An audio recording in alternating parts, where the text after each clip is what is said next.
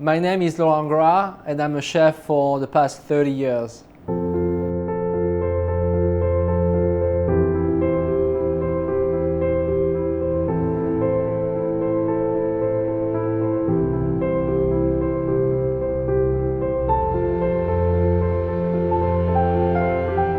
As a chef, I use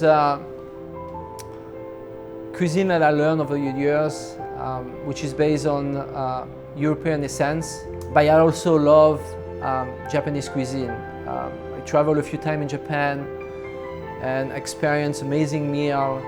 I discover new way of presenting food and serving food. With the experience, I combine the two cultures together.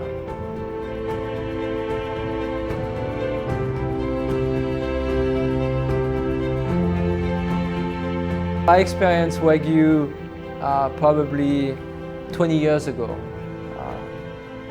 and I didn't know what Japanese Wagyu was at the time. So I get the Wagyu, and I kind of gather information, and I cook the Wagyu, and I try it, and of course I love it. What I love about Japanese culture is that one person knows from the ancestor how to make something, and then usually craftsmanship is focused on one thing. So one person will raise Wagyu, and that's what he will do his whole entire life.